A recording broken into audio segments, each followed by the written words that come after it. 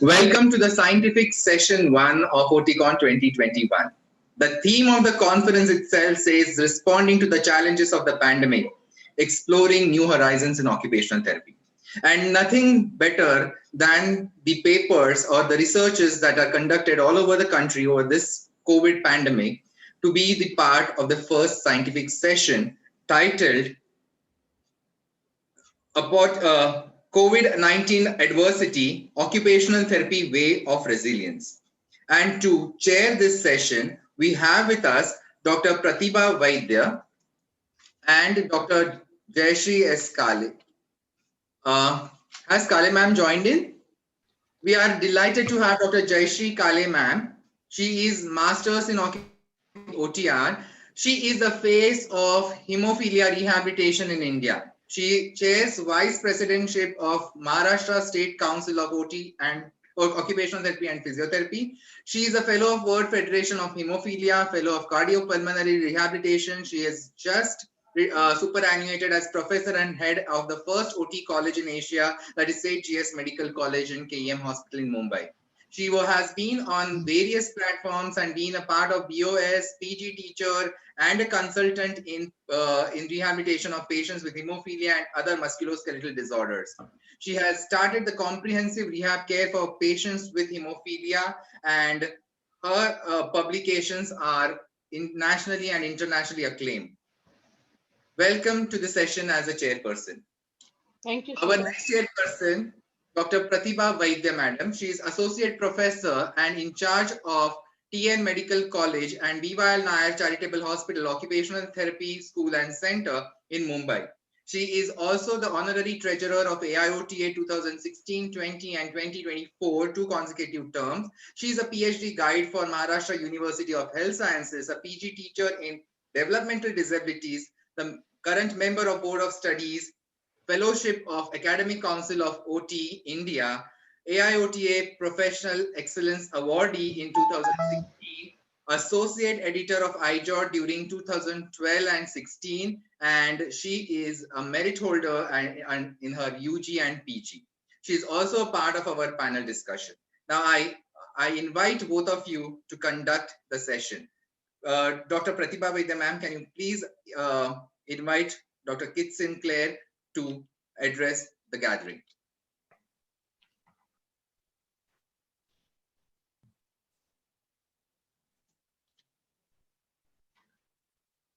Can we unmute Vaidya madam?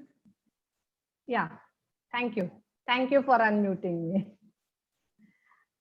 Dr. Kit Sinclair is an international consultant in occupational therapy service and occupational therapy curriculum development. A long-time resident of Hong Kong, she was a founding faculty member of the OT education program at the Hong Kong Polytechnic University and has played an active role in occupational therapy education and professional development in Hong Kong, China, and internationally also. She gained her PhD in 2003 for research into clinical reasoning of occupational therapists. She is presently Honorary Professor of Department of Rehabilitation of Tung Wah College in Hong Kong. Kit served as President of the World Federation of Occupational Therapists from 2002 to 2008. She is an Honorary Fellow of the World Federation of Occupational Therapists and Fellow of the American Occupational Therapy Association.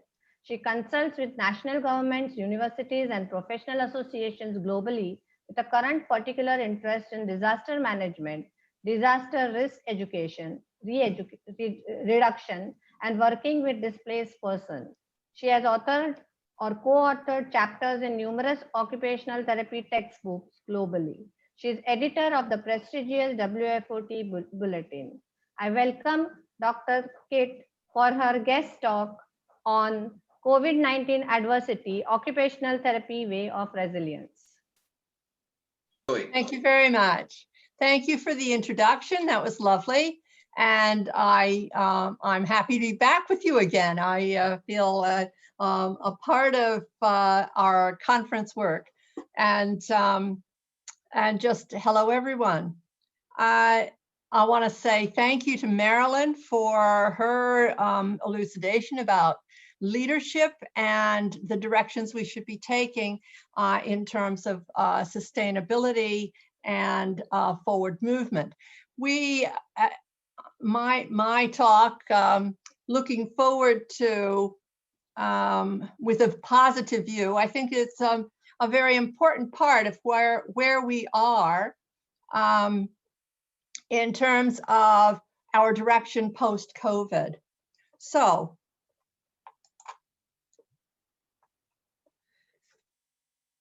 occupation is a curious thing. It pervades our lives, and it makes our day, marks our days. It defines us and is defined by us. It both shapes the world and is shaped by the world. It can be known by the tools it uses, and it is the wake it leaves in its path. It is invisible and intangible until people engage in it. It is a performing art. It can only be seen when a person performs it, and only understood when a person tells you its meaning. Helen Polityka, who many of you might know, is a well-respected occupational therapist from Canada. And she and I were teaching in the Caribbean in 2015, where she shared this thought. It's really about what has affected you during the pandemic, and what are we doing about it over the past and into the future. So today we'll be thinking about what's changed, what's stayed the same.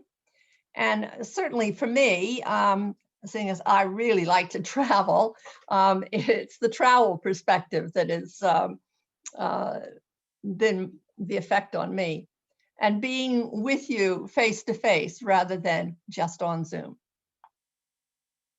So let's see if I can do this. All right. Okay. So 2020, well, we will remember it well. We as a global community face this unprecedented crisis. And as we talk about resilience, the COVID-19 really pushed us in our resilience to the limit, and has vast impacts on the wider social, cultural, economic, political, environmental fabric of our lives and our livelihoods. We watch the news and follow the statistics, so I won't elaborate on any of that. But I think what is not been so much on the news is its effect that it's had on our global population, and something that Marilyn also alluded to. There has been a disproportionate impact on people most at risk, particularly women, the elderly, persons with disabilities, persons living in poverty and with underlying health conditions, immigrants and refugees, the workers in the informal sector, and so on. The pandemic again shines a glaring light on the underlying fragility and inequalities in the society where we live. The globally increased poverty, family job loss, disrupted schooling, increased issues related to mental health and chronic conditions. Social isolation, but also in how people respond, both positively and negatively, through social interaction. In many settings, access to occupational therapy was reduced or discontinued as a result of the restrictions. Such restrictions in service has significant implications for vulnerable people to engage in essential and desired occupations of everyday life. Health officials say that in today's connected world, an outburst anywhere is an outburst everywhere. But in a year that shows the power of working together toward a common goal, we have seen extraordinary action.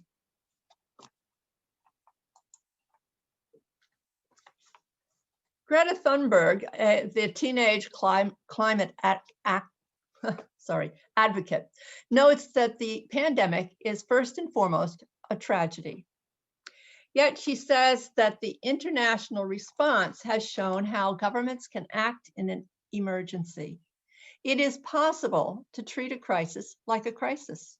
It is possible to put people's health above economic interests, and it is possible to listen to science, she argues, adding that the pandemic has increased the value of science in many societies as governments depend on scientific expertise to make policy decisions. It is science that has brought us vaccinations which might save our world. And we know that science and research are the role, we know through science and research that the role of occupational therapy is integral to the health of our populations. The COVID-19 pandemic has, however, created additional stress within our already strained occupational therapy workplace. Now, Marilyn mentioned already the survey that was undertaken between April and July in 2020, and the impact that on the delivery of occupational therapy services. The survey highlighted the lack of preparedness, the restrictions in service access, redeployment, frequently changing job conditions, and the demand for new technology.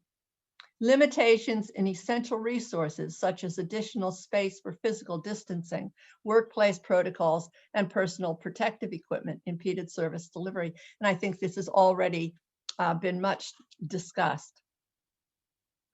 The pandemic had an impact, a huge impact on the health and well-being of individuals, families, and communities worldwide, necessitating change in the delivery of health services to limit the spread of the virus.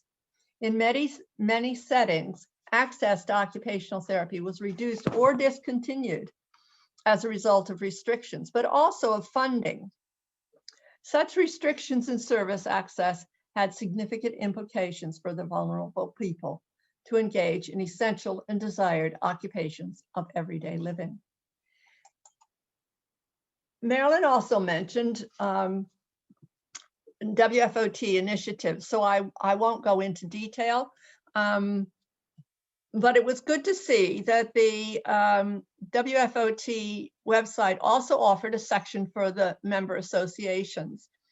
And the initiative, again, as others have mentioned, of the AIOTA offering approaches used by the coronavirus warriors and information on e-learning modules. I say, well done for getting that material out there so early and getting it to people who needed it. The Sustainable Development Goals. More than ever, the pandemic has driven home the efficacy of an all-society approach, focusing on coherence within and among the host of initiatives for ensuring a transformative change to achieve the aspired Sustainable Development Goals by 2030. We have certainly raised awareness. Will we reach these goals with less than 10 years to go? In extraordinary times, ordinary people can do extraordinary things. So a positive view is a good thing. In the year 2020, if nothing else, it's taught us that change is rapid and inevitable. Predictability is elusive at best, and adaptability is necessary to survive and thrive. The work of occupational therapists on the front line has never been more important, and has never been so difficult as well. The pandemic is not simply another threat among many existing drivers of risk. It challenges us to think of new ways to come together at local, national, and global levels to ensure no one is left behind. Despite lockdown and working from home, we continue to push ahead. The pandemic can't dampen our spirits. Occupational therapists are really come to the fore in response to individual and community needs during the crisis. We have found new ways of providing services and ways of supporting each other in this changing time.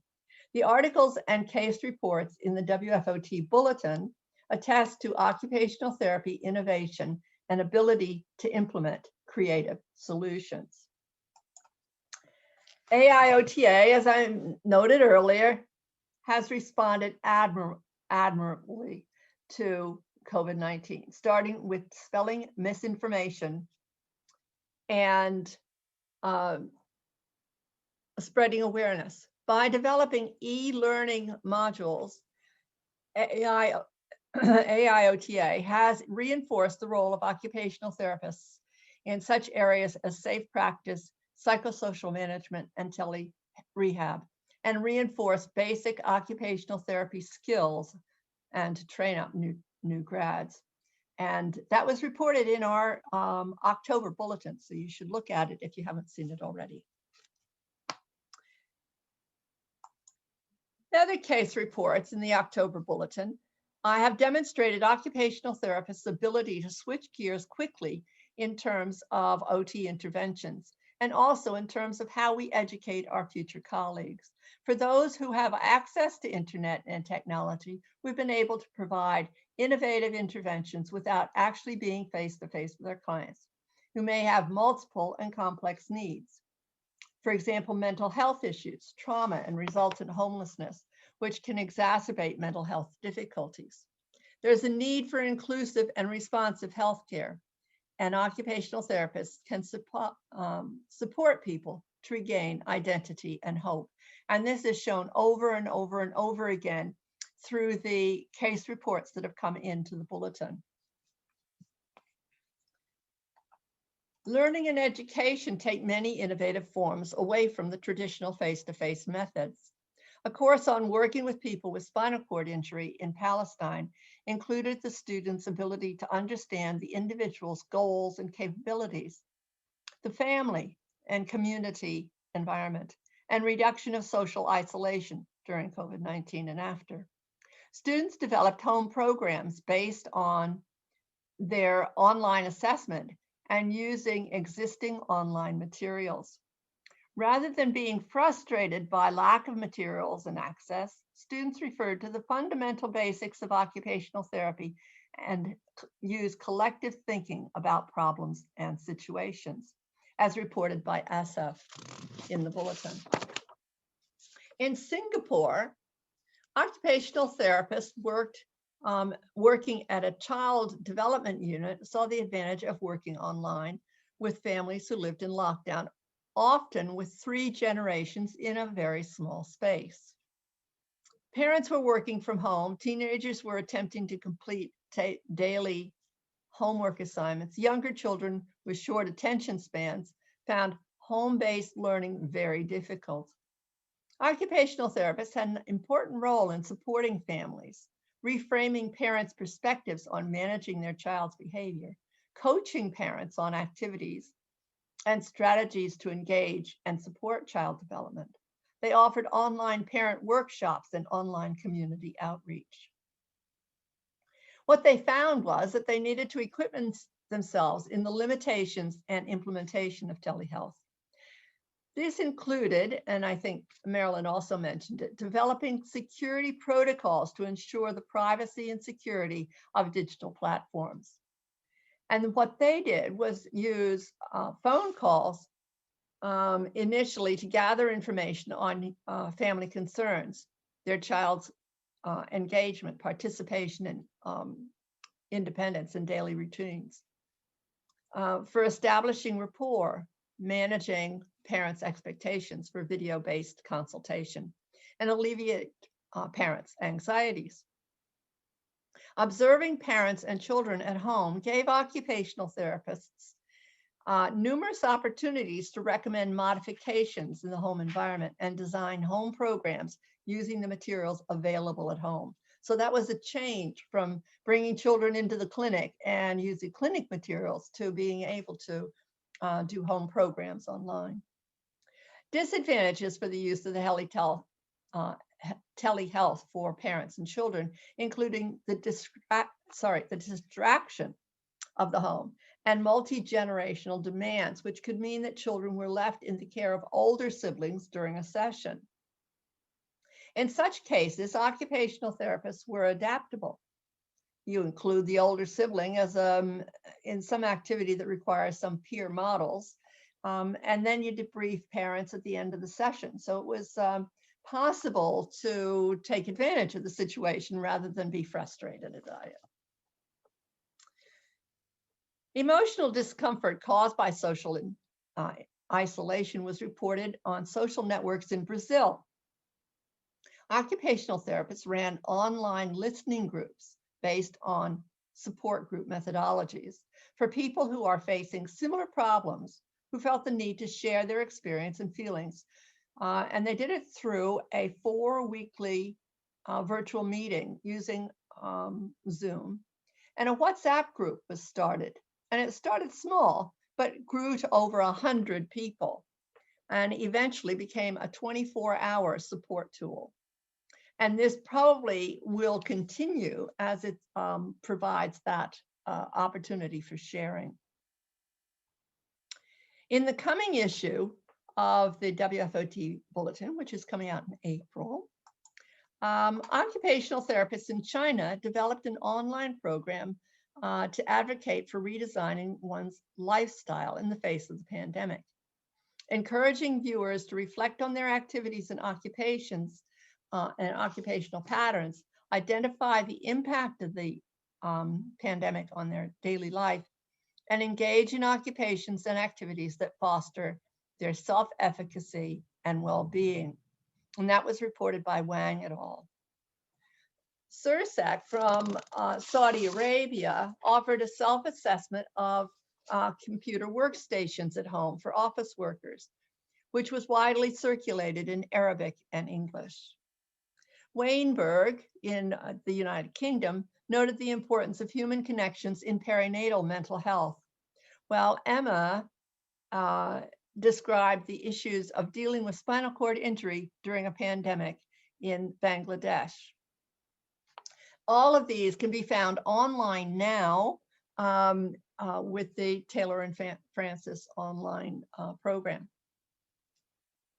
So,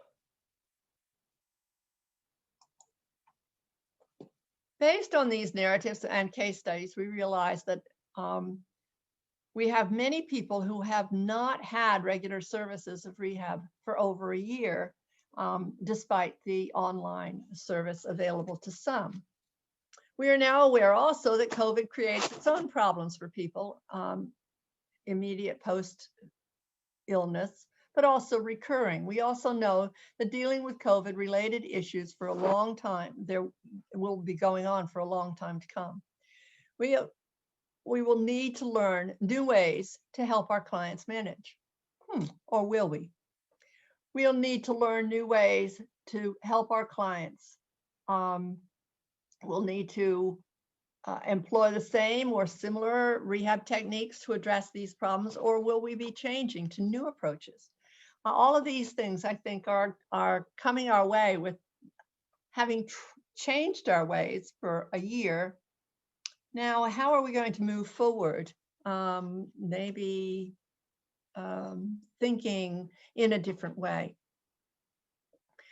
We see more and more information about about community-based occupational therapy, more about occupational therapists in primary care, more therapists taking up these roles, and where are we with this? How are we changing our own practice to accommodate the needs of communities? We are also learning more about trauma-informed care and should be applying these principles with all of our clients. Safety, choice, trustworthiness, empowerment, collaboration. They're basically the principles of occupational therapy and very clearly stated. It is interesting to hear OTs talk on a personal level about their experience in the pandemic, of having stayed isolated, of having to change habits, of having to change practice, of having to rethink our interaction with clients. And we have to think what is important to us and what is important to them. How have actions and everyday activities changed? Do things have to be done in a different way now? What have we learned? How do we feel about it? Will technology change our global occupations, or has it already, just sooner than we expected? What does resilience have to do with it? How will we intrinsically incorporate occupation? What direction are we taking for personal community resilience and for sustainability? This is part of what this conference is about. In 1984, at the WFOT Congress in Japan, I talked about resilience and asked how we as occupational therapists can facilitate people's building of resilience. It is already well established that we are, as professionals, cannot just give people resilience, but through occupations and everyday activities, we can help people develop resilience.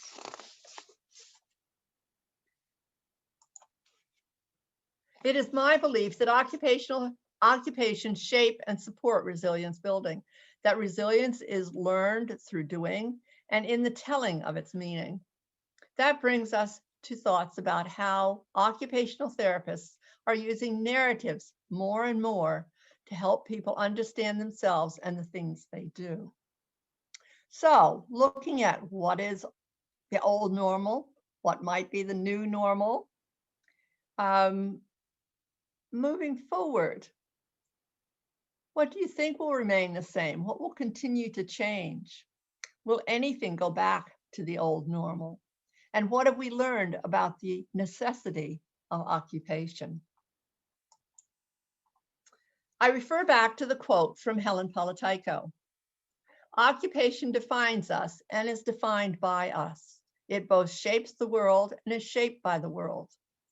It can be known by the tools it uses and the wake it leaves in its path. It is invisible and intangible until someone engages in it.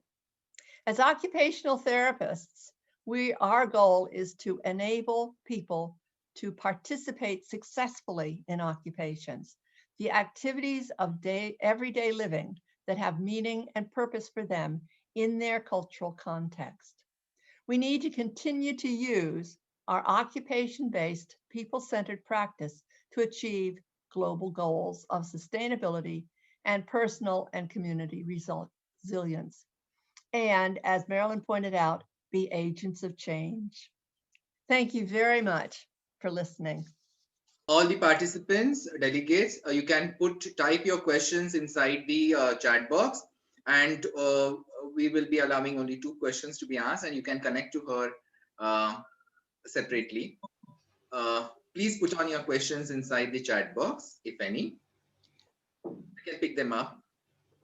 Thank you, Dr. Kit Sinclair, for having such a good guest talk on COVID-19 adversities, where you had mentioned everything about sustainability and resilience. We too at our places had to undergo lot of challenges and face challenges of getting the resources and all. And we too face this resilience like a rubber band. We were stretched, but we survived. Thank you so much. Thank you.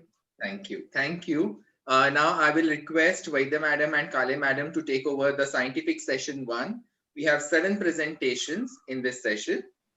All over to you, Kale Madam. All the participants, you will have 10 minutes of presentation, and after each presentation, there will be a question answer session. Only 2 questions per participants are allowed. Good morning, everybody. Thank you, Sriharsh, for giving me this opportunity to chair the session. And it's a real honor that I'm chairing the session on this unique topic and a unique situation of the pandemic.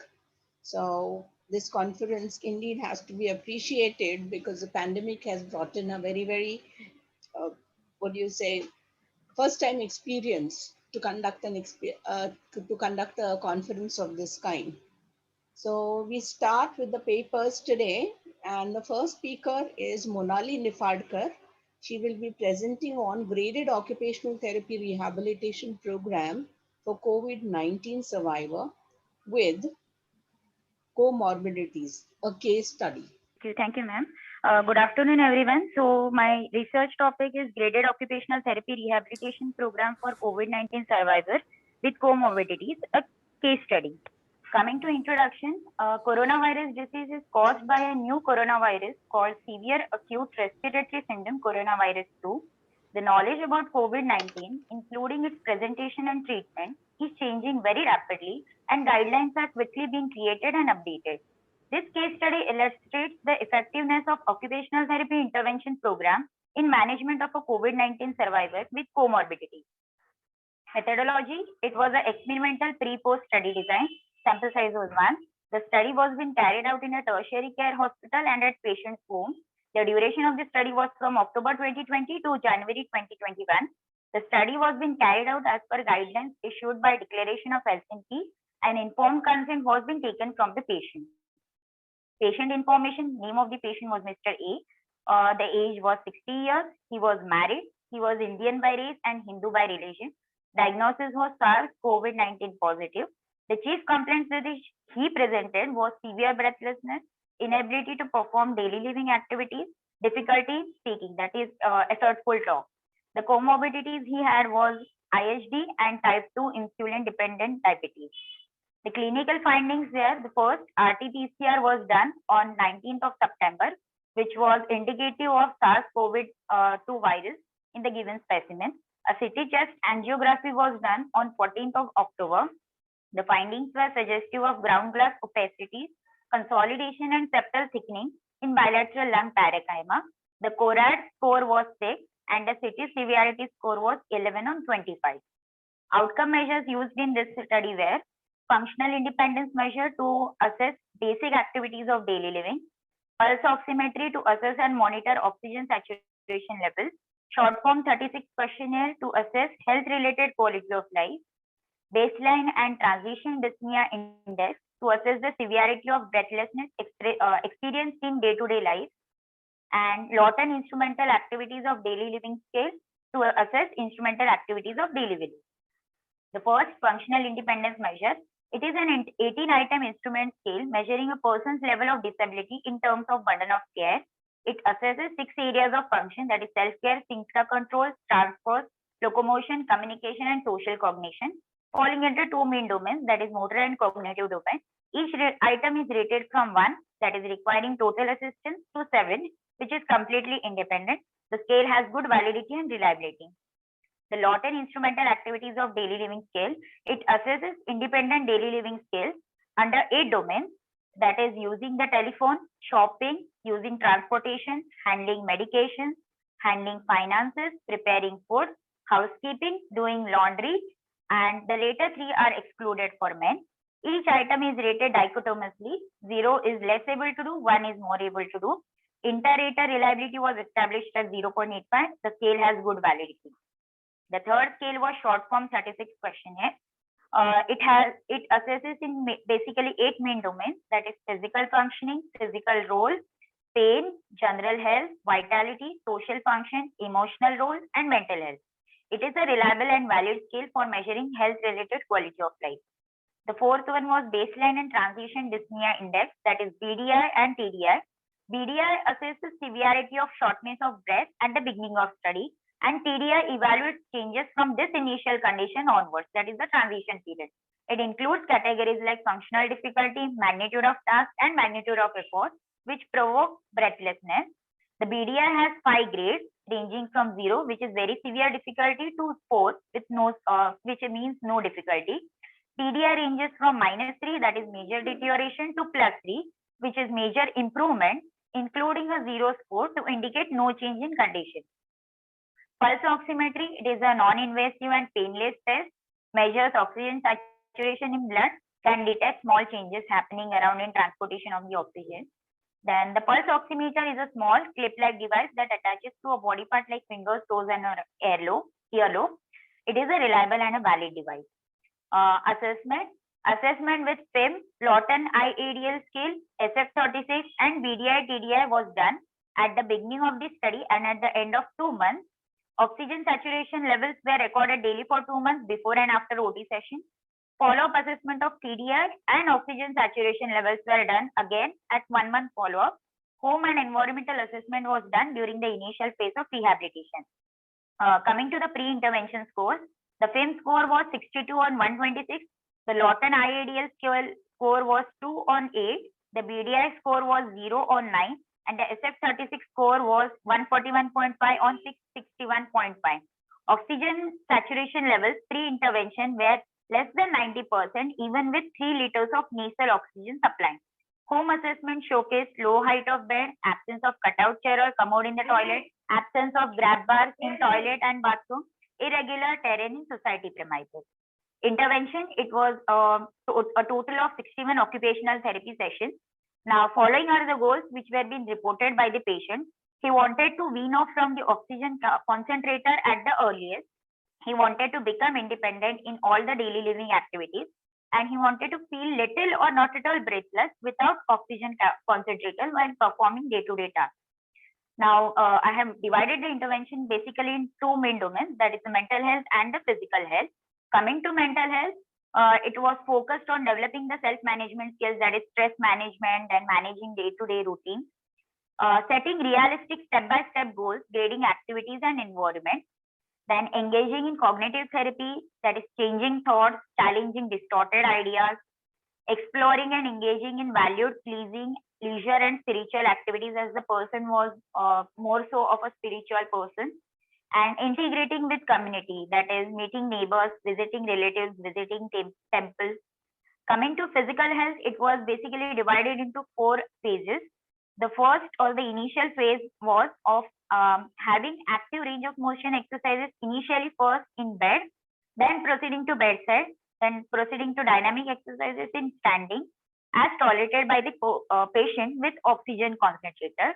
The intermediate phase consisted of gradual resistance introduced with oxygen concentrator going on to the following exercises mentioned above in the same sequence mentioned above. The later phase included of gradual weaning off from oxygen concentrator with gradual introduction of resistance to the above mentioned exercises in the same sequence. And in the advanced phase, he was being given with graded daily routine activities, then community integration activities without oxygen concentrator. Community integration activities were like visiting a shop, buying groceries, then visiting the bank, accessing public transport, visiting temples. That were the activities. Home modifications like increasing height of the bed, cutout chairs to be used in toilet, grab bars in toilet and bathroom were prescribed. Irregular terrain in society premises was accessed initially with moderate support from therapist or caretaker. And at 1 month follow-up, patients' oxygen saturation levels were maintained between 94 to 96% while performing activities, and no complaints of breathlessness were reported except while performing extremely strenuous activities. Follow-up and outcomes, oxygen saturation scores, the two-tailed p-value was less than 0.001. The difference was considered to be extremely statistically significant. PIM scores increased to 119 from 62. The Lawton IADL scores increased to 2 from 8, to 8 from 2. SF36 scores increased to 661.5 from 141.5. And the TDI scores increased to +9 from 0. This interpreted that there was significant improvement in patient health. Coming to the bar graph, this is the functional independence measure. A change is visible in pre and post intervention. Then Lawton Body instrumental activities of daily living skills, pre and post course. Short form 36, quality of life, pre and post course. Then baseline and transition dyspnea index, pre and post course. Discussion. In critically ill COVID-19 patients, survival was high, but those needing prolonged sedation frequently presented with ICU-acquired weakness. Although strength improved throughout hospitalization, impact on functional status remained substantial. This indicated need for providing tailored rehabilitation to COVID-19 survivors during hospital stay, eventually reducing the long-term impact. The patient's self-esteem was reduced due to loss of his mother to COVID-19, added with his prolonged ICU stay. This indicates importance of focusing on mental health of a COVID-19 patient along with physical health during his hospital stay as well as after post-discharge. This case study also implies the importance of home and environmental assessment along with prescription of necessary modifications for COVID-19 survivors with ICU acquired weakness because he was not able to get up from squatting position. So accordingly, all the prescriptions were being prescribed. Then a chest CT angiography was done in December 2020, which indicated moderate resolution compared to previous CT scan dated October 2020, with CT severity score reduced to 8 on 25 from 11 on 25. Now, whether this resolution has occurred as a part of natural healing process, due to medications, due to therapy, or as a result of combination of any of this is a matter of further research. Limitations: comparative study with control subject having similar diagnosis, age, gender, and comorbidities was not done. Acknowledgements: I'm thankful to the patient for his extensive cooperation and my guide, Dr. Anita Gupta ma'am, for her valuable guidance and constant support. These are the references. I have one question in the chat box. The question is, were MET levels of ADL considered during intervention? So that was not possible actually. Considering the breathlessness levels and eventually considering the overall condition of the patient, he was being given gradual exercises and energy conservation techniques as well as work simplification was eventually incorporated. Rest periods were also being incorporated, but it was impossible to assess or measure the MET levels during the activity, during performing the rehabilitation program. Okay.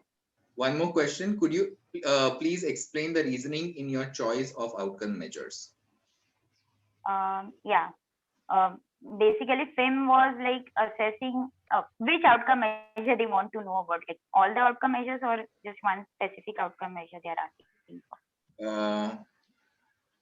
Whoever has asked, can you please type in again if you want any specific outcome? Otherwise, you can connect to Monali.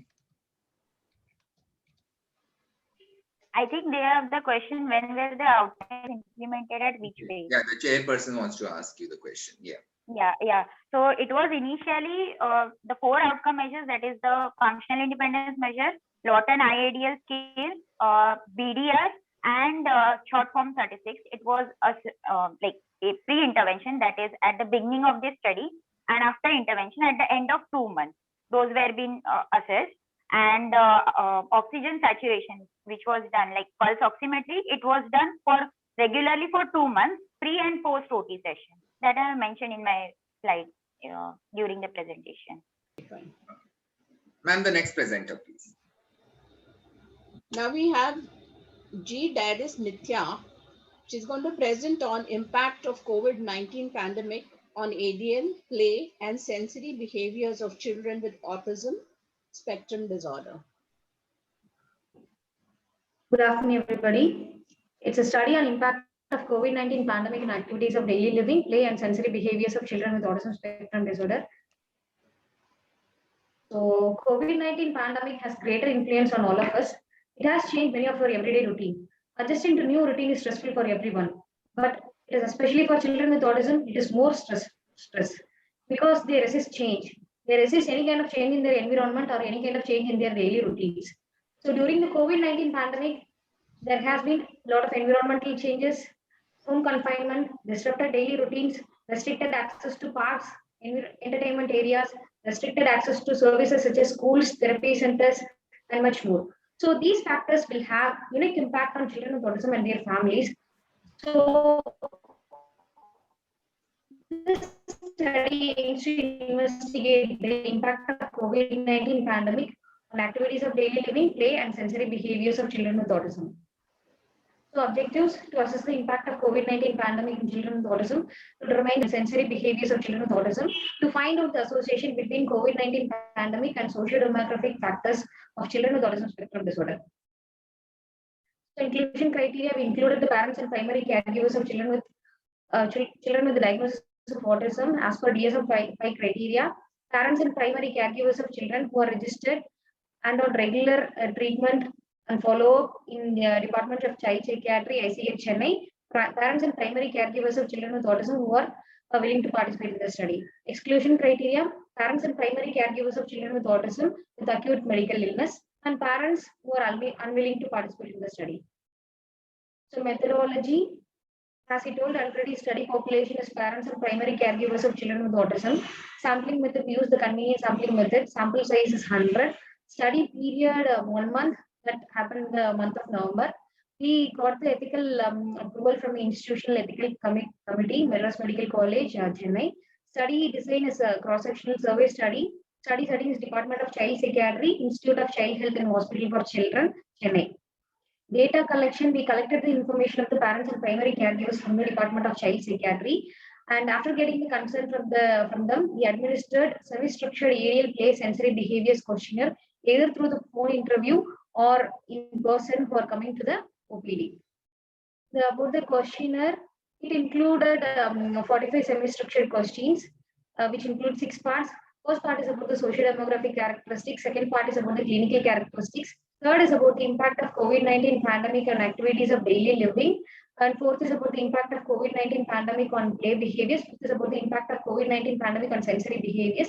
And sixth is about the positive effects of COVID-19 pandemic. Statistical analysis were performed using the software IBM SPSS Statistic version 26. Descriptive data were reported as numbers and percentages. T-square and Fisher test were used to check the correlation between socio-demographic characteristic and impact of COVID-19 pandemic in autism kids. The open response question didn't have any scoring system. So these are the main socio-demographic characteristics of parents and primary caregivers. Most of our participants were female, 88% were female. And if we say the area of living, most of them from the urban area, almost 81%. These are the clinical characteristics of children with autism. The important clinical characteristics, most of them were undergoing pharmacological treatment. As my study setup was hospital setup, and most of them, 90% were undergoing other structured therapy services such as occupational therapy, speech therapy, and special school and other normal school setup. And these are the impact of COVID-19 pandemic and activities of daily living. Almost 66% were reported about a longer time to fall or asleep than the pre-pandemic period. And many reported about inconsistent sleep routine, inconsistent daily routines. And they are finding it very difficult to manage a children's sleep schedule during the pandemic period. And many parents also reported about difficulty in implementing activities of daily living on time than the pre-pandemic period. And almost 58% of our participants, ASD kids, they become more dependent than the pre-pandemic period. So, and many parents also finding it very difficult to teach the new activities of daily living skills during the COVID-19 pandemic period. And if we see the professional support during the pandemic period, almost 99% of our participants were not able to access the structured and regulated environment such as therapy centers, special schools and schools. And 94% of our participants reported about lack of one-to-one professional support during this pandemic period.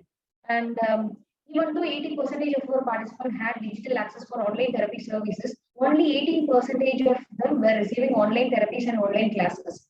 And out of that, only 51% were mentioned about positive effect of online therapy services. And almost 90% of the parents who are attending online therapies were mentioned about online classes and online therapy services increase the parental burden.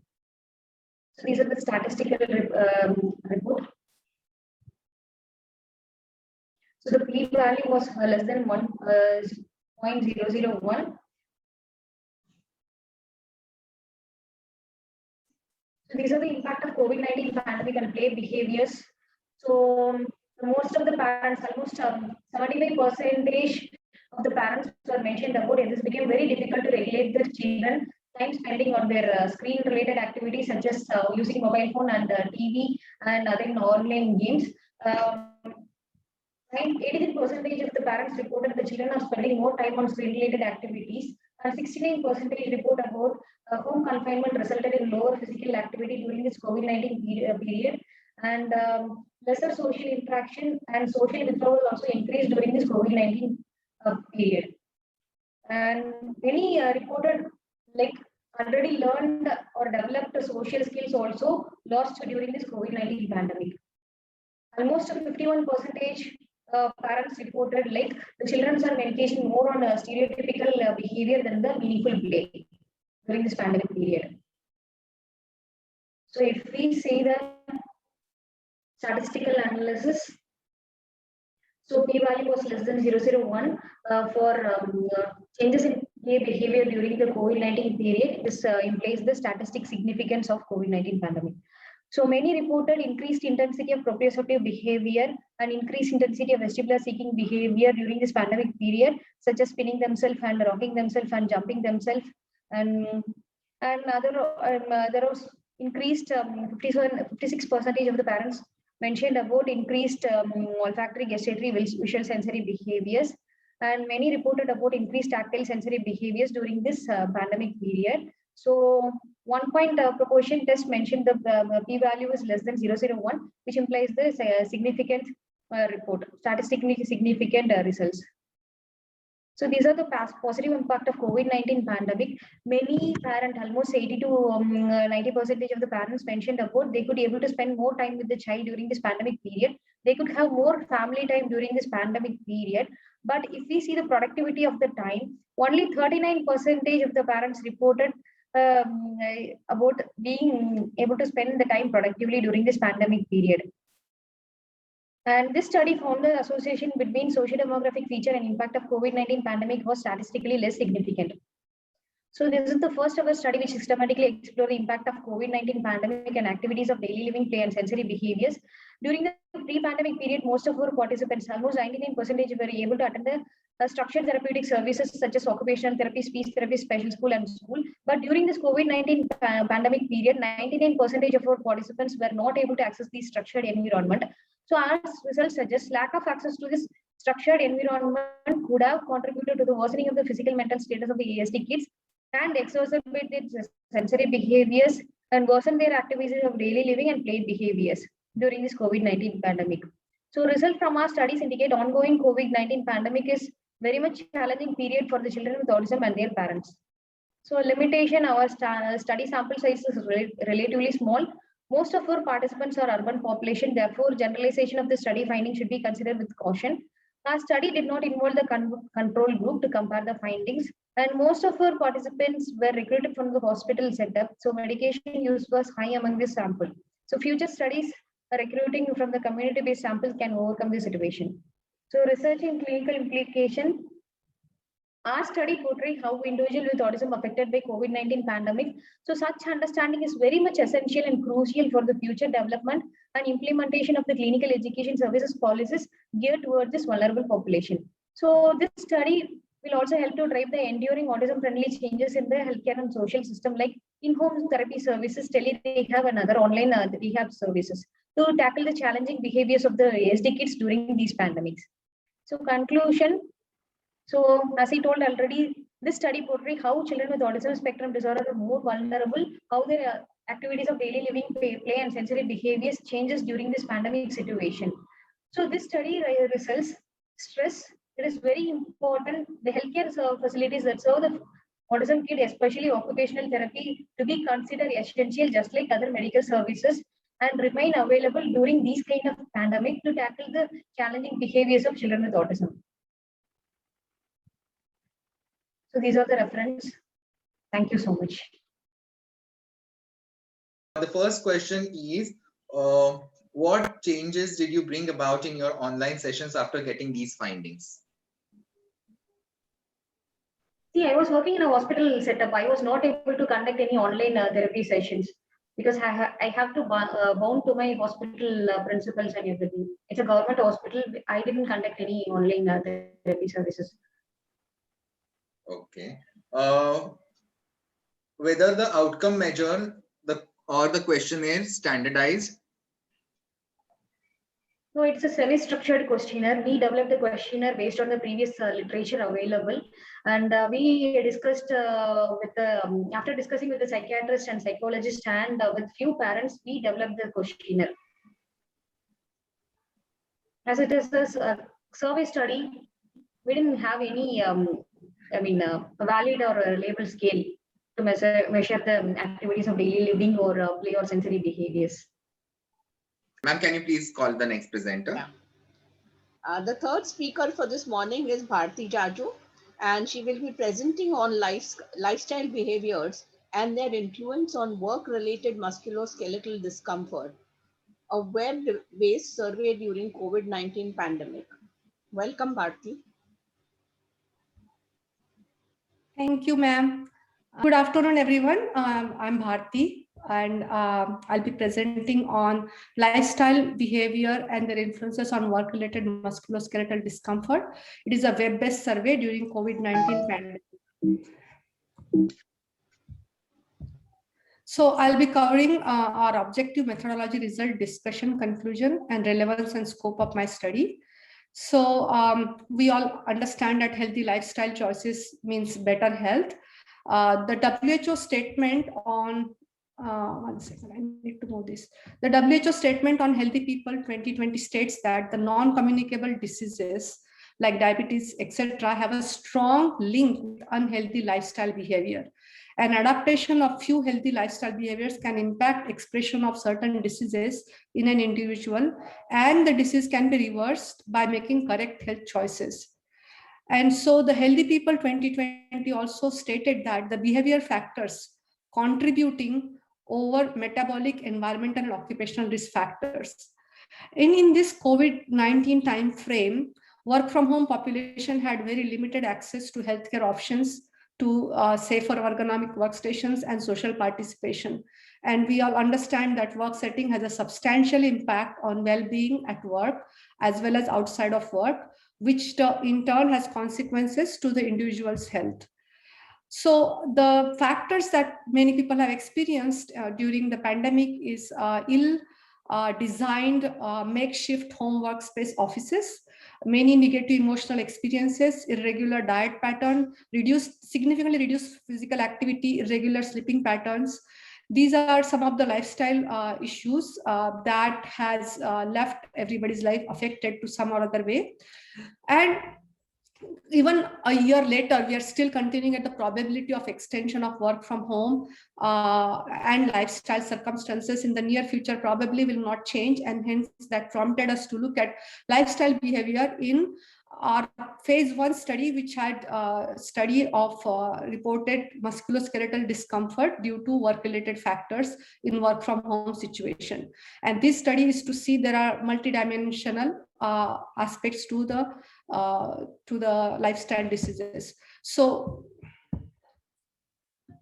our objective is to identify health and lifestyle behavior reported in work-related discomfort in employees in work from home situation due to COVID-19 lockdown phase, and to study if there's association between reported discomfort and lifestyle behavior. And the methodology that we used was a self-reported survey questionnaire was designed with simple lifestyle indicator questionnaire as well as Nordic pain questionnaire. It was designed using Google Forms. The first part of this questionnaire includes demographic characteristics. Second section was regarding work-related discomfort and its rating scale on VAS. And the third section was evaluated using scoring of simple lifestyle indicated questionnaire, which is standardized and reliable scale.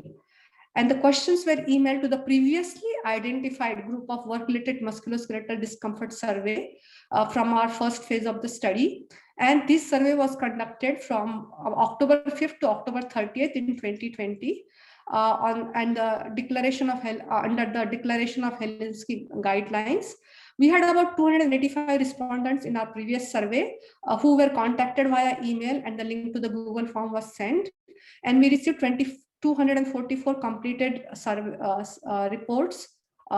Participants returned those surveys, and received responses were considered as a consent for the study, which was explained in the Google form itself. And the survey findings were evaluated and with the SPSS 20. And just a little bit about lifestyle questionnaire. It is a simple, easy to use instrument accessible for measuring lifestyle. It has 12 questions, 3 on diet, 3 on physical activity, 3 on alcohol intake, 2 on smoking. And every segment has score of 0, 1, and 2, and each component has a raw scoring. Every component scores are summed by giving SLIQ score from 0 to 10. So person is viewed as unhealthy when the score is 0 to 4, intermediate if the score is from 5 to 7, and healthy if it is 8 to 10. And the result of our survey shows most of the respondents were male, about 78%. And in your previous study, we had 83% respondents who reported musculoskeletal discomfort. In that, 50% people had low back pain, 47% neck, 36% leg, 33% shoulder, upper back was at 20%, and hands about 17, forearm and wrist at 15%. That was about the musculoskeletal discomfort findings. The simple lifestyle intake questionnaire shows that 1% of studied population was in healthy category, 29% in intermediate category, and whopping 70% in unhealthy category. And the demographic shows that our average age was 35, average height in centimeter was 69, average weight about 72 kilos. We had 190 male participant and 54 female participant. And the BMI that we looked at, it was at, we had 7 in below 18. Between 18 and 25, we had 100 people, 25 to 29, we had 106, and 30 and above, we had 31 people. The SPS 2020 Spearman correlation coefficient was calculated for the individual scores in each category with the VAS score. And it shows that physical activity and VAS score showed significant negative correlation, implicating that individual engaged in physical activity scored less on pain and discomfort rating, while the VAS score and stress level shows significant positive correlation. So Boheman and all has studied healthy lifestyle behavior in the previous studies, which shows that reduces the healthy lifestyle behavior reduces the risk of chronic low back pain in general population, and practicing physical activity was associated with lower pain and discomfort reports, which is in total agreement with our findings. Our study shows that 29% were in intermediate healthy category, 70% in unhealthy category.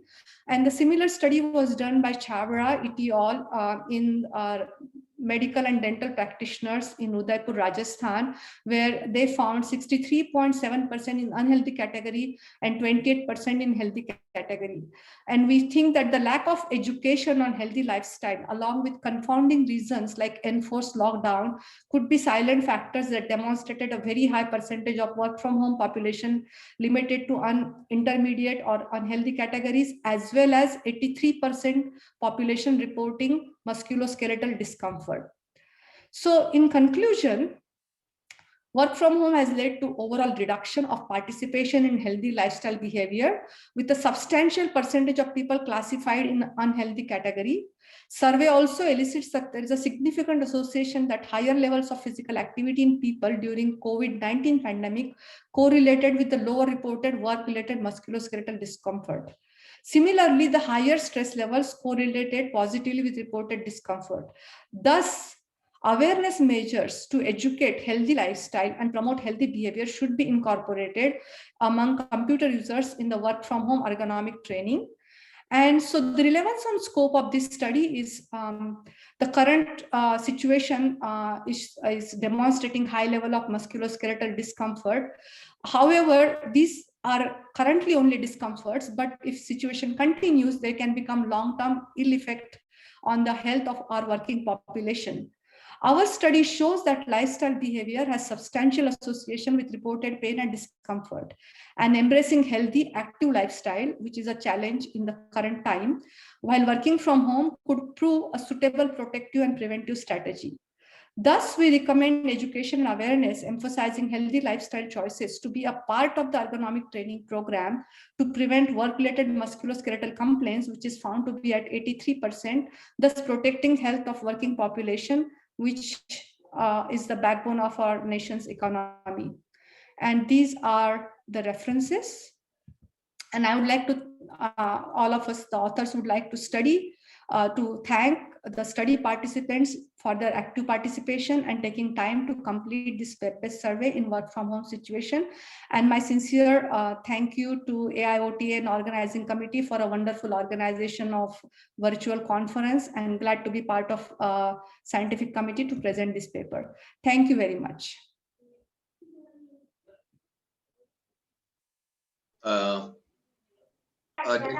Please put in your question in the question answer box. Kali ma'am, do you want to ask a question? I have one question in the chat box though. So effectively, I think, Ms. Jaju, it is important that we have to have an ergonomic workstation at home, whether there be a shutdown or no shutdown in a regular life situation. So that is one of the areas probably occupational therapists can intervene. So Absolutely. Right? Absolutely. Absolutely. One question for you, Dr. Jaju. Was the survey questionnaire validated before sending? The SLIQ is a validated questionnaire and a Nordic pain questionnaire is a validated questionnaire. So two of them were used along with the demographic characteristics. Okay. I think that's it. Okay. Thank you. Thank you very much. Thanks. So we have the next speaker for today morning again. This is Siddhant Nagine. He's going to present on occupational therapy post-COVID rehabilitation case series. Welcome, Siddhant. Good afternoon, one and all. So, occupational therapy post-COVID rehabilitation, a case series. Now, as we all know that a newly identified virus has caused worldwide pandemic of respiratory illness called the COVID-19. The respiratory symptoms prevail in the acute phase and there are persistent efforts to manage these symptoms. However, it is observed that there are many patients who show residual symptoms in the post-acute phase too. The causes can be previous and current respiratory dysfunctions and prolonged immobilization. So, among the most common residual symptoms are breathlessness, exertion, fatigue, generalized weakness, and emotional stress. Hence, there is a need for a specialized rehabilitative approach for such patients. To begin with, the deep breathing exercises. It helps restore diaphragm function and increases the lung capacity. When we give deep breathing exercises, the goal is to build up the ability to breathe deeply while in rest as well as while performing activities. Hence, we can say that the deep breathing exercises play an important role in the COVID-19 recovery process. Then the stretching exercises of the neck, pectoralis major, upper chest and lateral chest stretches have been shown to increase the lungs' ability to stretch and expand by at least 50 ml. Also, aerobic exercises are defined as training that elicits a low, moderate or high cardiovascular strain. Staying at home during the pandemic can lead to a lot of stress, anxiety and mental distress, and the same thing occurs when a patient gets admitted for COVID in the hospital or is in the quarantine center. So the best way to overcome these problems is to replace outdoor activities with indoor activities such as bodyweight training, dance-based aerobic exercise, and aerobic high-intensity exercise. As we have seen, generalized weakness is one of the most common residual symptoms. Generalized weakness follows from the combination of several impaired physiological mechanisms affecting multiple organs and systems, as it is commonly seen in COVID infection. Hence, the exercise interventions must target resistance training along with the aerobic exercises. And being occupational therapists, we would focus more on functional resistive exercises. The aim is to study the effect of occupational therapy rehabilitation services on patients recovering from COVID infection in the subacute phase. The objective was to see the effect of occupational therapy rehabilitation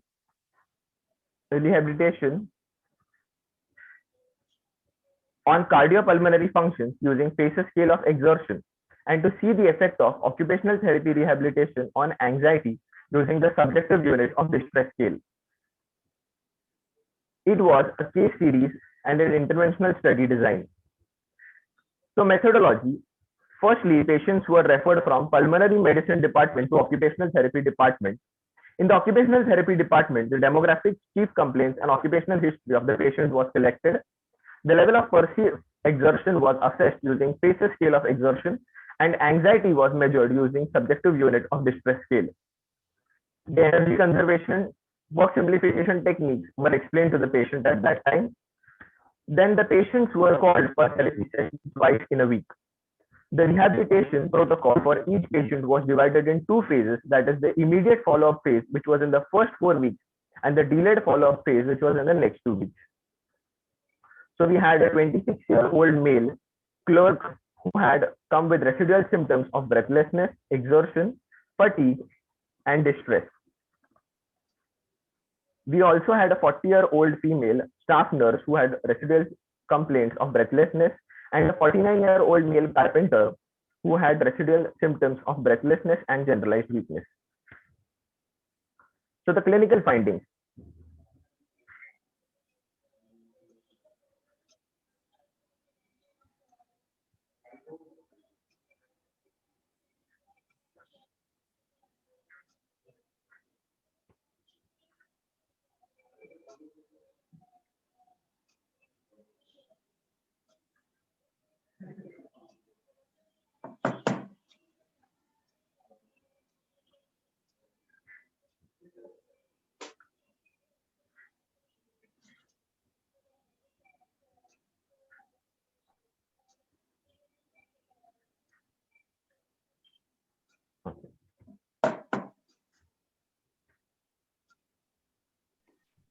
I think there is no sound from Siddha Sen.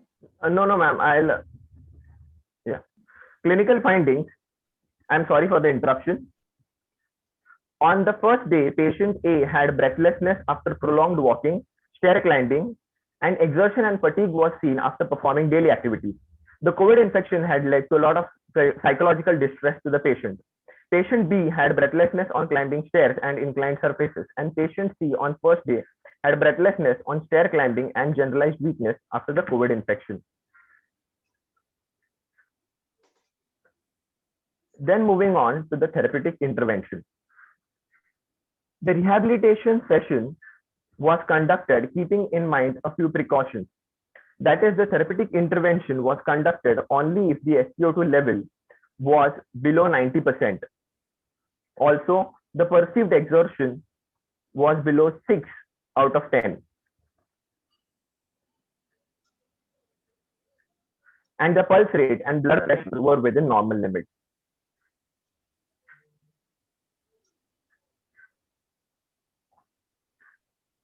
Moving on to the therapeutic intervention, as described earlier, it was divided in two phases, that is the immediate follow-up phase and the delayed follow-up phase. The immediate follow-up phase, the deep breathing exercises, stretching exercises, and aerobic exercises were given to the patient. Warm-up was given to the patient before the therapeutic exercises, and cool-down was given after the exercise. The intensity of the aerobic exercises was increased every week in the form of greater number of repetitions or increase in the complexity of the exercises. This immediate follow-up phase was from day 1 to 4 weeks. The delayed follow-up phase was from 4 to 6 weeks, which included of functional activities and resistive exercises, which were given on the basis of patient's age, gender, and occupational history. At the end of this phase, vocational counseling and guidance was given to the patient. So these are the few examples of breathing exercises and stretching exercises. And these are the aerobic exercises. We now have videos which are related to the same. These are the aerobic exercises which are given, graded ones.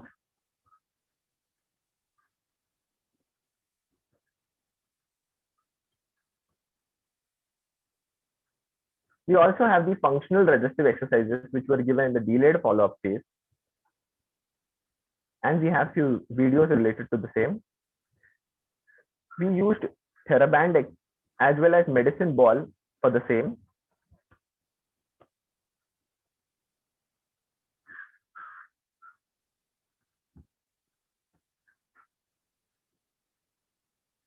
So, as it is clearly seen from the results, the level of exertion on first day and after 6 weeks, the level of exertion reduced considerably in all the 3 patients. Also, SpO2 levels on day 1 and after 6 weeks, the SpO2 levels also increased in all the 3 patients, and there was subjective distress on first day and after 6 weeks also reduced considerably. Now, the subjective distress and level of exertion are given on a scale of 1 to 10, where 1 means minimal or no exertion and 10 means maximal exertion. In the same way, a subjective distress also, 1 means minimal or no distress and 10 means maximal distress. So conclusion, we can say that The patient did not face any difficulty while performing the exercises.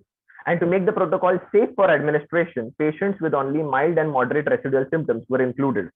This study is a part of a larger study. The deep breathing exercises, stretching exercises, and the aerobic exercises helped increase the lung capacity of the patient. Hence, they had less perceived exertion. Increasing the aerobic capacity could produce short-term safe improvement in the function of immune and respiratory systems, particularly those specific for COVID-19 infection. This could be mainly produced through three mechanisms. That is, it could improve immunity by increasing the level and function of immune cells and immunoglobulins, regulating the CRP levels and decreasing anxiety and depression. It could improve the respiratory system functions by acting as an antibiotic, antioxidant, and antimycotic, restoring the normal lung tissue elasticity and strength. And it could act as a protective barrier to decrease COVID-19 risk factors, which helps to decrease the incidence and progression of COVID-19. Hence, symptoms like breathlessness, fatigue, and exertion reduced considerably. Also, the perceived exertion scores were lower after 6 weeks. Deep breathing exercises, aerobic exercises, and functional resistive exercises also helped the patient to gain confidence and alleviated the psychological distress of the patient and helped improve the overall quality of life. Post-COVID occupational therapy rehabilitation services were beneficial in improving perceived exertion, fatigue, and reducing the stress and promoting wellness. This study shows that occupational therapy rehabilitation program helps improve the patient's overall functional status. So this was the patient's perspective, and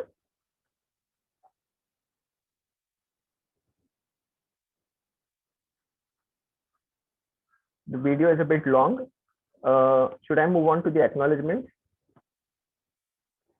Acknowledgement and the references. Please go ahead. So these were the acknowledgement and these are the references. Thank you. Now, the study is our regular protocol of cardiopulmonary rehabilitation. And I had given this protocol to the COVID Dome. Unfortunately, they practiced it, but it was not allowed to publish. Siddhant, what I see in your study is, you said walking long distances. This is a very unscientific term for professionals like us. Instead, you could say 6 minutes walk test was done, because see, walking long distances could mean that you are walking accustomed or unaccustomed distances. So for a patient, you have to always be precise when you are evaluating his capacity of walking. Okay, so I suggest that you should have done 6 minutes walk test, because that correlates very well to 6 to 7 minutes of met work.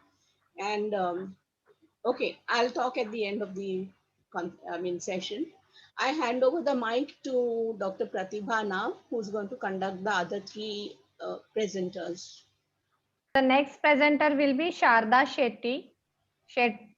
Sethi.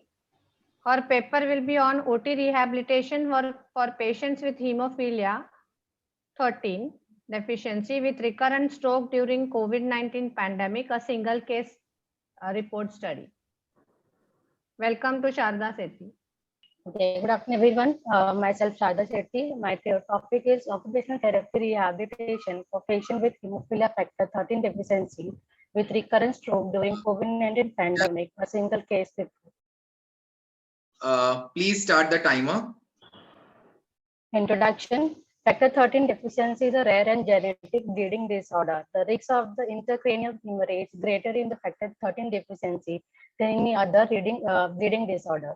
Cryotherapy and acute care therapy are the first optimal treatment plan for the hemophilic patient with the IC bleed. The inability of patient to reach the hospital for timely treatment has been another big problem during this COVID-19 pandemic. So teletherapy in this current COVID-19 pandemic has become the primary way to deliver care, especially helping those patients who are unwillingness to visit the hospital due to fear of COVID infection and the transport expense. Methodology, study design a single case report. Objective, to assess effectiveness of OT intervention during COVID-19 pandemic for patients with hemophilia factor 13 deficiency with right hemiparesis. Method, patient was assessed on 19 October 2020 on same scales MOCA, riverbed behavior memory test, OT, adult perception screening test, and caregiver burden scale. Patients received 2 months of OT intervention once in a week at OPD setup and home exercise program thrice a week through the teletherapy. Patient was reassessed post-intervention on 27 December 2020 using the outcome measure FIM scale, riverbed behavior memory test, and caregiver burden scale. Case report, a 28-year-old male patient, left dominant, with a known case of hemophilia factor 13 deficiency with the recurrent stroke.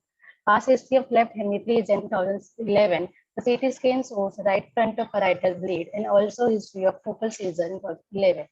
There was another brain bleed in 2016. The MRI shows there is acute infarct in cerebral parenchyma, and there is a finding shows the suspected of encephalomalacia to old hematoma in right frontal lobe.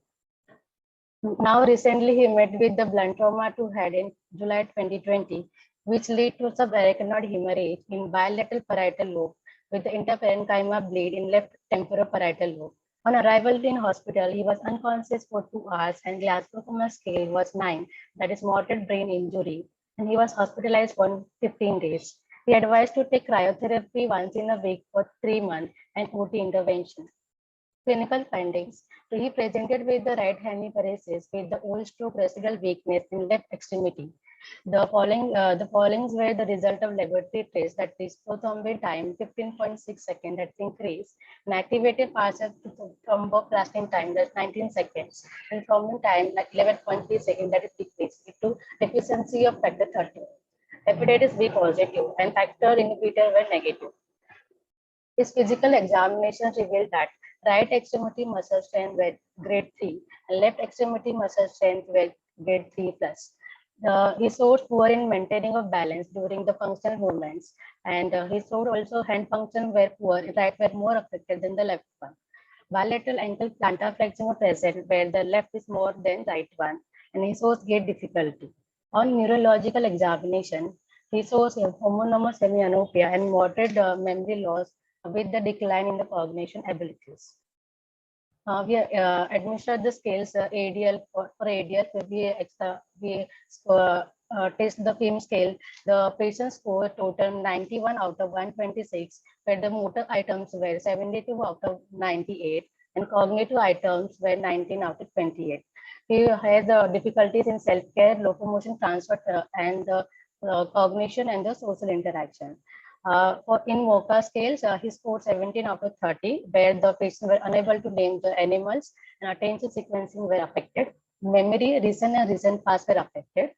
In the riverbed behavior memory test, that is for 12 subtests, that is testing for the immediate and delayed recall memory, that patient score 6 out of 12, that's indicates severely affected. In OT adult perception screening test, there is a suspect of right visual field defect, where the patient asked to read the paragraph, but patient was not able to see from the right side. Alcalphalia was presented. Patient has faced difficulty in 2 to 3 digit subtraction. Agonia were absent. Naming the common object was affected. Patient able to know the function of the object, but not able to name out. And Albert tests were positive, that is unable to do the line bisection on the right side. This is the pictures where shows the patient able to copy the pictures and able to draw the clock. And this is the house, and this is the C that's able to write the name and address. And this is a video that patient has to name out the common object shown to the patient. Patient were unable to name the object shown to the asked to the answer out. Is able to show the function with the hand gestures. The performance component were assessed according to the patient's goals, where patient required maximum assistance in bed mobility, bed to chair transfers, and walking for the short distance for under 2 attendants, and stair climbing were dependent on 2 attendants, and function were poor.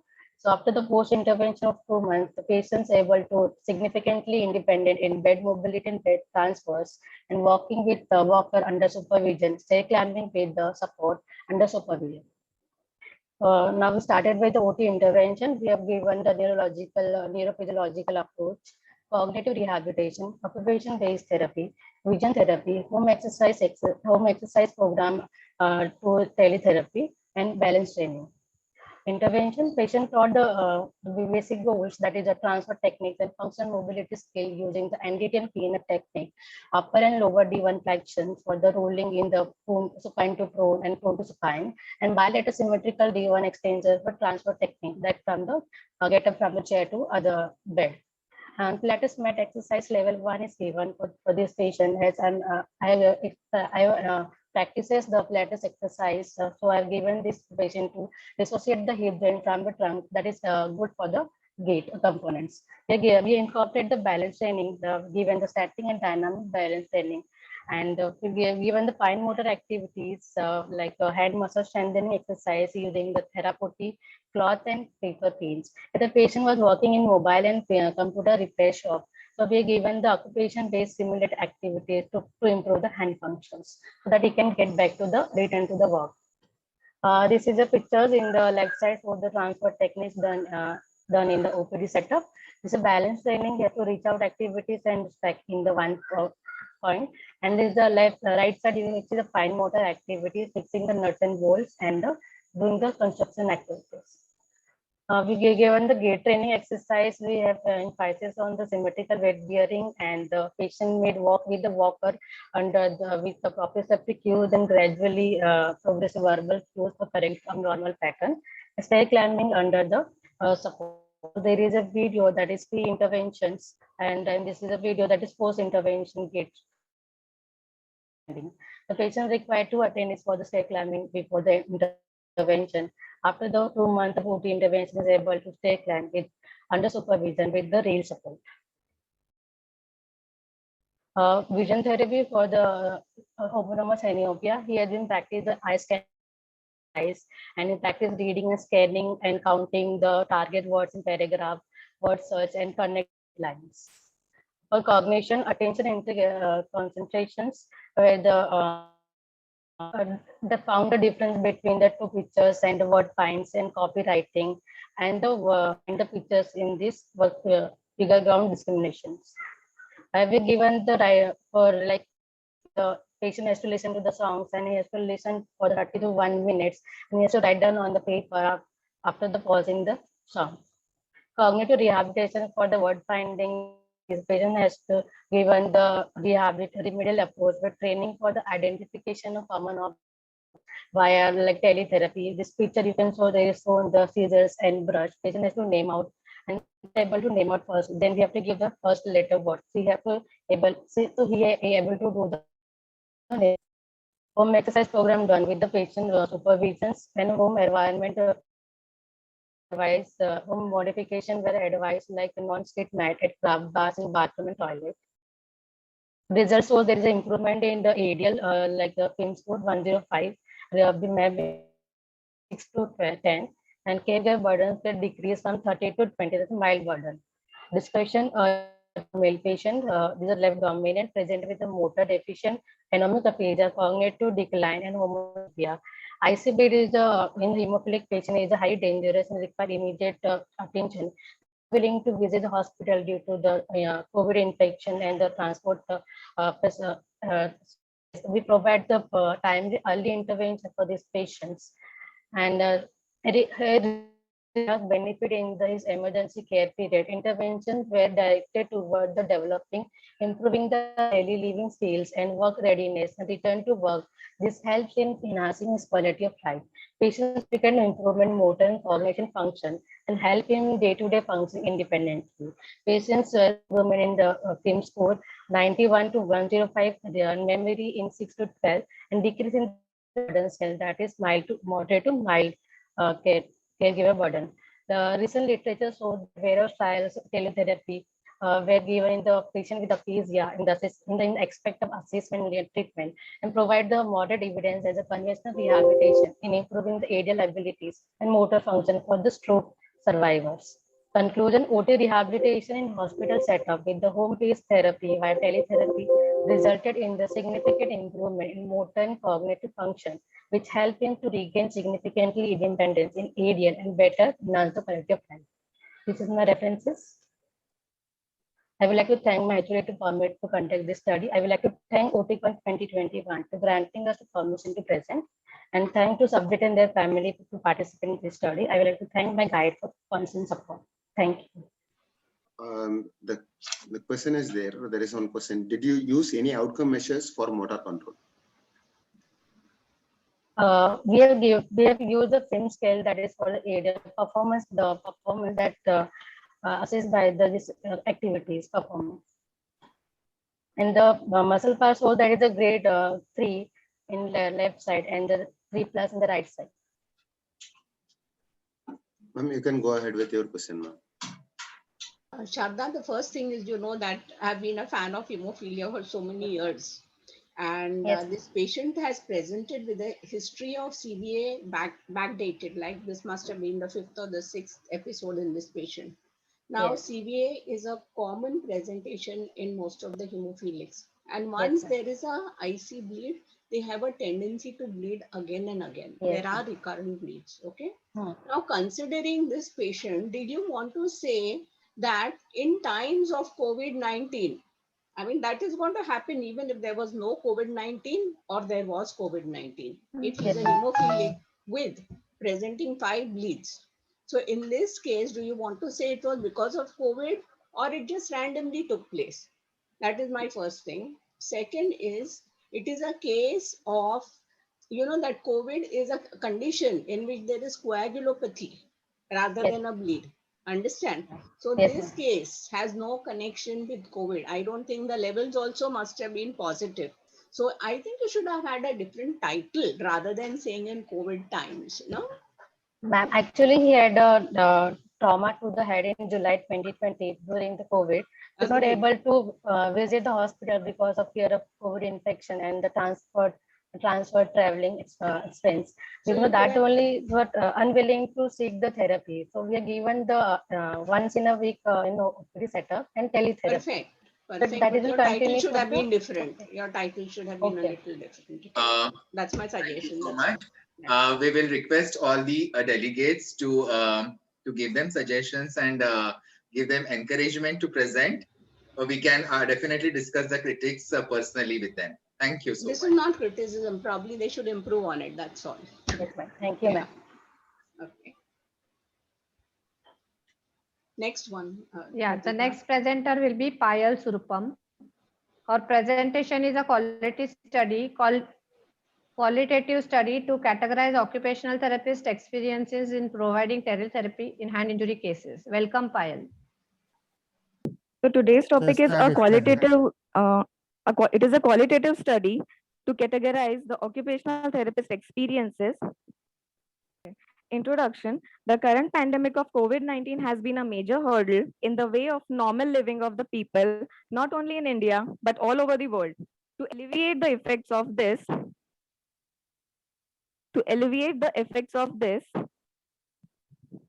COVID-19 pandemic in India, a nationwide lockdown was announced on 24th of March 2020, which was gradually extended till June 2020. Lockdown was gradually unlocked into 4 phases, but these 4 months of lockdown has disturbed the normal way of living of all the Indians, majorly affecting the patient care of non-COVID cases. Emergency or traumatic cases were still permitted facilities to reach medical centers, but patients requiring post-operative care and rehabilitation suffered the major loss. In such trying and difficult times, teletherapy has emerged as a greatest boon to all the therapists, patients requiring rehabilitative services. Telehealth may be used by occupational therapist practitioners for evaluation, intervention, monitoring, supervision, and consultation as permitted by jurisdictional, institutional, and professional regulations and policies governing the practice of occupational therapy.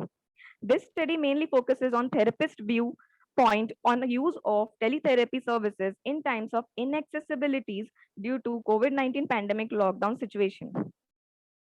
The aim and objective of the study is, the aim is to categorize and labelize the occupational therapist experiences in providing teletherapy services to hand injury patients. And the objective is to categorize the experiences of occupational therapists in using teletherapy as an alternative method of rehabilitation in hand injury patients between the month of April 2020 and October 2020. Materials and methodology. It is a qualitative study and it is a design content analysis type. In this study, 5 occupational therapists were included, in which there is a staff and PG students working in a hand rehabilitation center under plastic surgery unit of a tertiary care hospital were part of the study.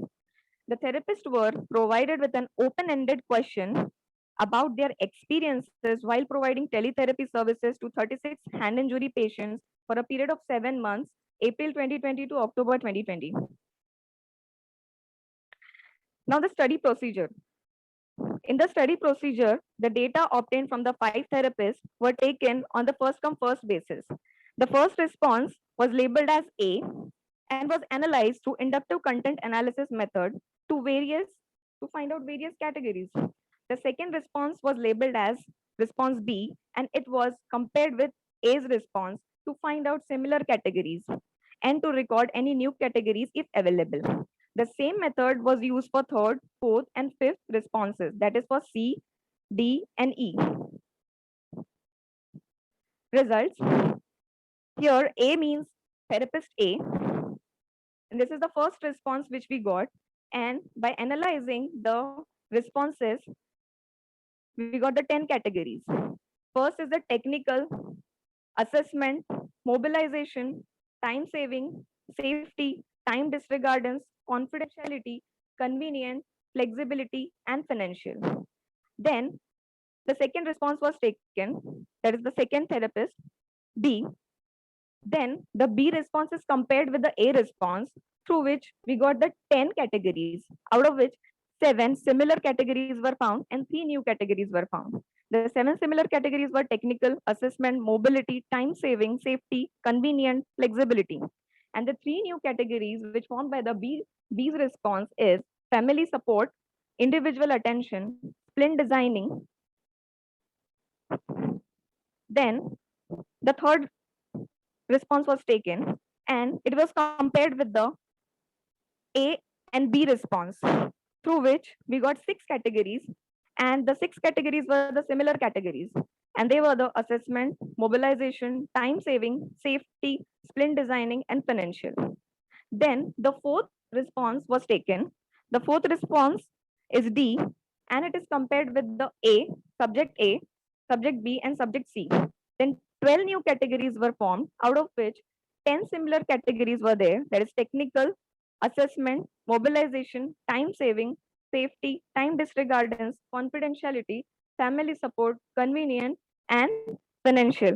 And the 2 new categories formed by this is record maintenance and remote availability. Then the last response is E, and the E response is compared with the A, B, C, and D, through which we got 13 categories, and all 13 categories were similar with the A, B, C, and D.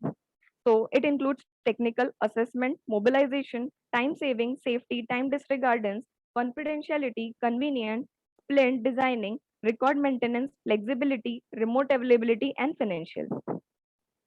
Now, this is the graph in which the responses of the therapist in 15 categories. In the x-axis, there are the formed categories, 15 categories, and in the y-axis, the frequency of the responses in each category is by the 5 therapists. So in the assessment, mobilization, time saving, and safety, given the highest maximum responses, whereas the technical, convenient, confidentiality, and financial were given, responses were given by the 4th therapist, which is the second maximum response. Then the third maximum response is time saving, confidentiality, and confidentiality were the third common responses. Then the second least common response is the family support, record maintenance, and remote availability. Then the least one is the individual support. Now these are the positive and the negative responses given by the therapist in 15 categories. Now in 15 categories, we got the 75 responses, out of which 44 were the positive responses and 31 were the negative responses.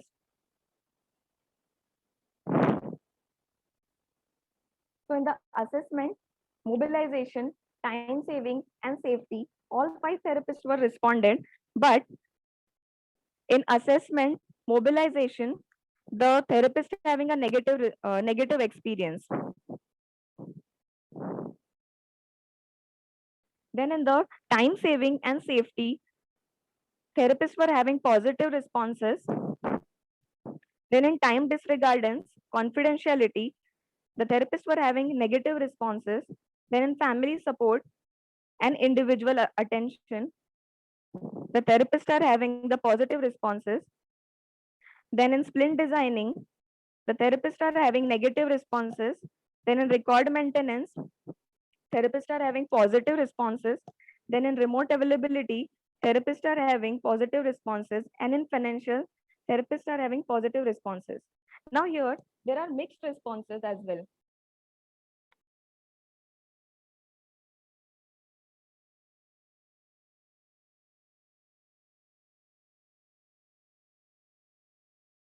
Like in mobilization and in time saving, therapists B and D responded mixed.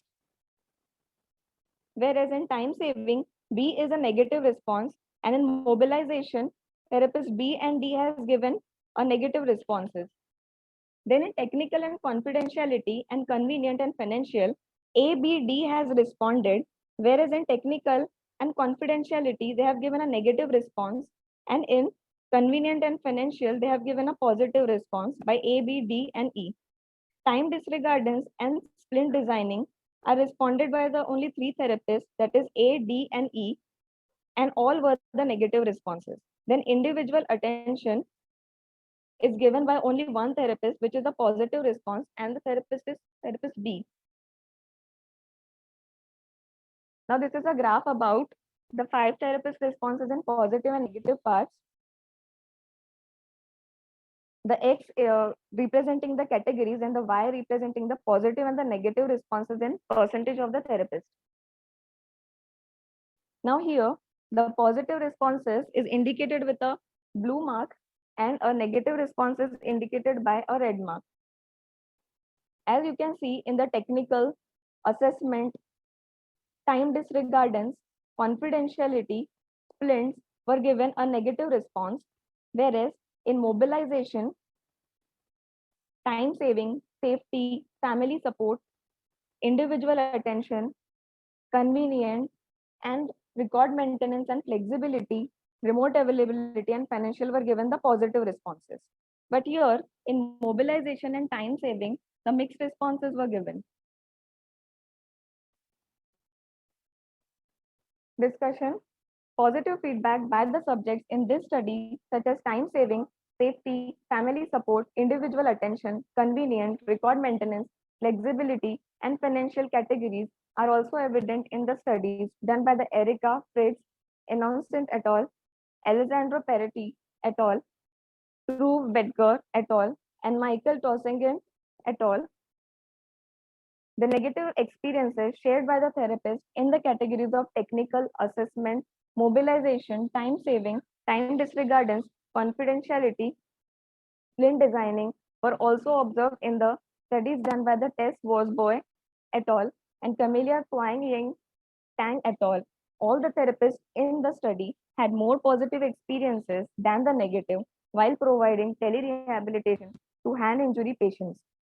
Teletherapy proved to be a boon for rehabilitation of the hand injury patients from therapist point of view in such trying times. Conclusion. The content analysis of all the responses obtained from 5 therapists provided 15 categories, that is technical, assessment, mobilization, time saving, safety, time disregardance, confidentiality, family support, individual attention, convenient, splint designing, record maintenance, flexibility, remote availability, and financial. In all the above categories, therapists had both positive as well as negative experiences. while providing telerehabilitation services with more positive experiences as compared to negative, thus proving teletherapy as an efficient therapeutic service in the field of occupational therapy, especially in such trying and difficult times of COVID-19 pandemic. Limitation of the study. The study was done on a small sample size and it was an essay-based response to the single open-ended question. No face-to-face or counter questioning was done. In the suggestion, the categories formed can be used on larger sample size to find its efficacy. These are the references. Thank you. There is one question. Please clarify the type of qualitative study. It is a prospective qualitative type of study. Okay. Chairperson, do you want to make a comment or ask any question? We don't see any other question here. Yeah, then we can continue with the next speaker. Yes, ma'am. Yeah. So the next speaker is Mansi Kadam, and our topic is to know the level of stress and the effect of wellness program on the stress of healthcare workers. Thank you, ma'am. Good afternoon. So my topic for today is to know the level of stress and the effect of wellness program on stress of healthcare workers. So wellness is an active process of becoming aware and making choices towards happier and healthier life. So it's a process which uses appropriate tools and effective methods to make our life happier and healthier. In this pandemic, when the cases were rising up, it placed healthcare professionals in stressful circumstances and unprecedented disruptions to normal life. One study which was done by Kim Asher in April 2020, that is Life in Pandemic, Social Isolation and Mental Health, which stated that imposed quarantine or isolation is an unfamiliar or unpleasant experiences which involve separation from your friends and family and a departure from your usual everyday routines. So which might lead to mental health conditions such as irritability, boredom, panic attacks, anxiety, depressive symptoms. So as an occupational therapist, we recognize these challenges and disruptions of occupation, personal factor and environment in healthcare professionals during COVID-19 pandemic. So taking into consideration a PEO model and how this pandemic has affected our mental health, a wellness program for healthcare professionals was formed to help them cope up with their stress and thereby helping them engaging in their occupation successfully. So the aim of this study was to know the level of stress and the effect of wellness program on stress level of healthcare workers. So objective of this study was to find out the level of stress and to assess the effectiveness of wellness program. It was a retrospective quasi-experimental study. 15 healthcare workers who were working in only COVID-19 hospital were enrolled voluntarily for the study. Those who are having stress level 5 and above on stress level questionnaire and with SpO2 94 and pulse rate below 90 were included in this study. So we developed a stress level questionnaire and the link was sent via Google link, on WhatsApp. So the Google format was as follow, initially starting with the demographics, name, age, designation, and how stressed do you feel of late, the scale ranging from 0 to 10, 0 with least stressed out and 10 was stressed out. And what would you do to relieve your stress and how the stress has affected your quality life. So this Google format was sent on WhatsApp. Initially, we sent the flyers regarding the wellness program and voluntary participation was invited. Then we made a WhatsApp group. The activities and exercises which were included in the wellness program was as mindful breathing and relaxation through auto suggestion, light aerobics, yoga, Zumba, scribble art, block tree activity, brain gym, and mindful breathing with doodle art. So researchers were found out that these activities were helpful in reducing the stress and also they were easier to administer via online platform. Also, if you see that these activities adhere to the principle of occupational therapy, that is occupation by means and occupation as an end. There are many articles which stated that 8 weeks of therapy was effective in reducing the stress, but we conducted this study in July and that time the pandemic was on surge. So it was difficult for healthcare workers to continue this study, to continue this program for 8 weeks. So we reduced it to 4 weeks and along with teaching them using these techniques in day-to-day life. So we conducted total 8 sessions for twice a week and the program lasted for 4 weeks and each session was for 45 minutes. We conducted the sessions on Google Duo and instructions were given prior. So after a voluntary participation was enrolled, we made a WhatsApp group, and initially we sent this message regarding what was the idea of this program, as in order to reduce their stress and to improve their physical and psychological well-being. We also shared what all techniques and what all exercises are going to be there in this program, and do's and don'ts regarding eating habits, like eating food before half an hour and after half an hour of this session. If any material is required, such as yoga mat, paper and pencil. So this preparatory message was sent on this group. And apart from that, after every sessions, we used to, one day prior to the session, we used to send this message, as in what would be the timing of this session. We used to take 2 slots in the morning and the afternoon, and the participants used to enroll whichever time is feasible for them, whether in the morning slot or in the afternoon slot. And if any yoga mat or any paper pencil is going to be required for the session. Also pulse oximetry, as we used to record the oxygen level and the heart rate pre and post sessions. So the first session was mindful breathing and relaxation through auto suggestion. So auto suggestion basically giving positive affirmations, as in my body feels relaxed as I relax my muscles of my head, neck. So along with deep breathing exercises, then mindful breathing with light aerobics, with low moderate cardiovascular training with some soft music behind the aerobic exercises. Then third program was stretching exercises with block tree activity. So gentle stretching for your upper extremity, for your lower extremity and trunk muscles.